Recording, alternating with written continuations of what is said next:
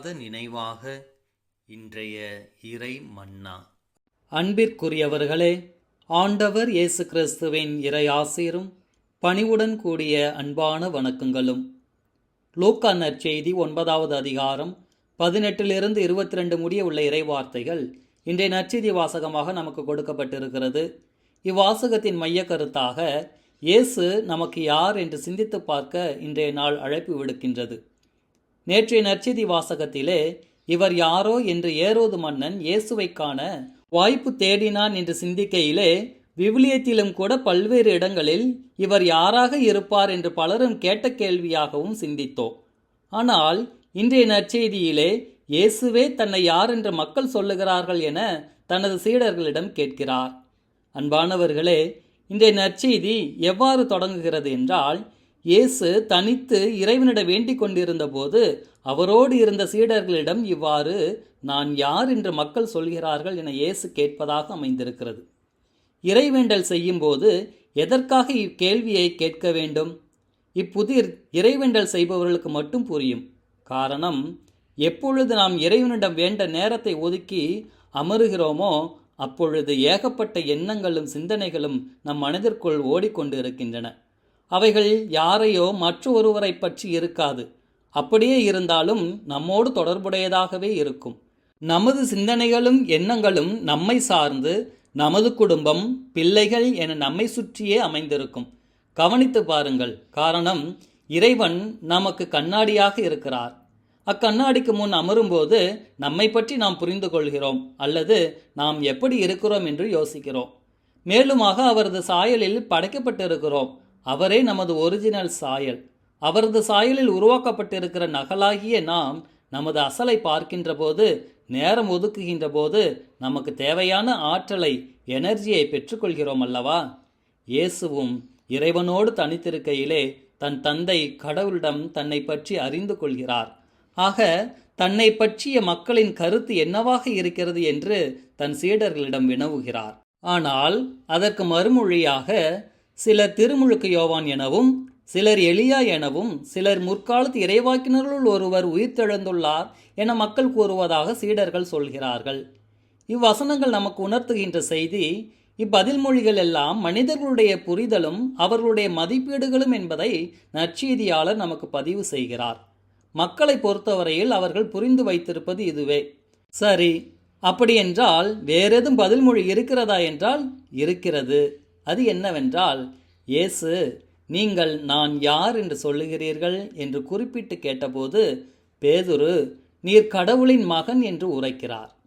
இதற்கான பொருள் என்னவென்றால், முதல் பகுதியிலே மனிதர்கள் புரிந்து வைத்திருப்பது இதுதான். ஆனால் நாம் புரிந்து கொள்ள வேண்டியது வேறொன்று இருக்கிறது என்று, அதுவே இவை என பேதுருவின் வாய்மொழி வழியாக இந்த இறை வெளிப்பாடு வெளிப்படுத்தப்படுகிறது. The first part was about human opinion and the second one was the divine revelation. மனிதர்களுடைய மதிப்பீட்டில் அவர்கள் இயேசுவின் செயல்பாடுகளை தமக்கு தெரிந்த மனிதர்களோடு ஒப்பிட்டு பார்த்து சொல்கிறார்கள்.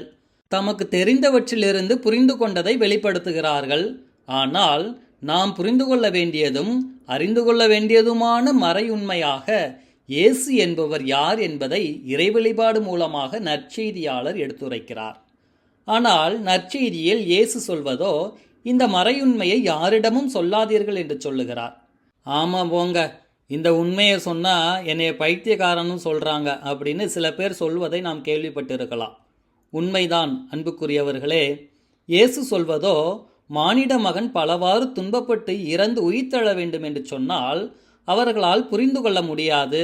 ஆகவே நீங்கள் பைத்தியக்காரர்களாக அவர்களுக்கு தெரிவீர்கள் என சீடர்களுக்கு சொல்லாமல் சொல்லுகிறார். ஆனால் முதலில் உங்களுக்கு புரிந்தால் இறைவனுக்கு நன்றி சொல்லுங்கள், அல்லது புரிந்து கொள்ள முயற்சி செய்யுங்கள். புரிந்து கொண்டதை மற்றவர்களுக்கு தெரிவியுங்கள், சொல்லளவில் அல்ல. கவனிக்க வேண்டிய காரியம் என்னன்னா, சொல்லளவில் இல்லை, மாறாக செயலளவில் நான் யார் என்பதை நீங்கள் புரிந்து கொண்டதை மற்றவர்களுக்கு அறிவியுங்கள், இல்லையேல் புரிந்து கொள்ள முயலுங்கள் என்கிறார் இயேசு. சீடர்களுக்கு அப்பொழுது புரியவில்லை. ஆகவேதான் அவர்கள் தங்களுக்குள் பெரியவர் யார் என்பதை பற்றி மும்மரமாக பேசி வாதாடல் செய்கிறார்கள். ஆனால் பிறகு புரிந்து கொள்கிறார்கள். ஆகவேதான் நற்செய்திக்காக நாடு கடந்து தாங்கள் பெற்ற விசுவாசத்தை மற்றவர்களுக்கு கொடுத்தார்கள். அவ்வகையில் புனித தோமையாரின் வாழ்க்கை வரலாற்றை நாம் அறிவோம். இந்நேரத்தில் நமது சிந்தனைக்கு உரியது யாதென்றால், நாம் எவ்வகையை சார்ந்தவர்கள்? புரிந்து கொண்டவர்களா அல்லது இயேசுவை பற்றி இன்னும் புரிந்து கொள்ளாதவர்களா? புரிந்து கொண்டவர்கள் என்றால் நம்மில் மற்றவர்களை ஏற்றுக்கொள்ளும் மனப்பக்குவமும் மன்னிக்கும் மன முதிர்ச்சியும் தாழ்ச்சி, உதவுதல், சாந்தம், ஒற்றுமை, சமாதானம், விட்டு கொடுத்தல் போன்றவைகள் நமது செயல்பாடுகளில் தென்படும். புரிந்து கொள்ளாதவர்கள் என்றால் நாம் செய்ய வேண்டியது வெரி சிம்பிள். என்ன செய்வது? இறைவனோடு நேரத்தை செலவிடுவதுதான், இறைவேண்டல் செய்வதுதான், கண்ணாடியாகிய இறைவனில் அசலாகிய அவரில் நம்மை காண்பதுதான். அவ்வாறு செலவிடும் நேரம் இயேசு நமக்கு யார் என்பதை நாம் வாயளவில் சொல்வதை விட நமது செயல்பாடு அளவிலே வெளிப்படுத்தி விடுவோம். Human opinion is something content with mouth, but the divine revelation and the experience is to be expressed in the action. நாம் மனித மதிப்பீடுகளிலிருந்து இறை வெளிப்பாட்டுக்கு கடந்து செல்வோம். அதற்கு இயேசுவோடு நேரத்தை செலவிடுவோம். அந்த செலவிடுகின்ற நேரமானது நமது வாழ்வின் மேம்பாட்டுக்கே என்பதை உணர்வோம். இறையன்பை பெற்றுக்கொள்வோம். பெற்ற இறையன்பை மற்றவர்களோடு பகிர்ந்து கொள்வோம். இறைவன் என்றென்றும் வாழ்த்து பெறுவாராக. ஆமேன். உண்மையான உறவுகள் உதயமாகிடவே உன்னத தேவனின் உறைவிடம் வருவோம். பணிவிடை பெற அல்ல பணியை ஆற்ற வந்த பரமனின் பாசத்தை உணர்ந்திட வருவோம்.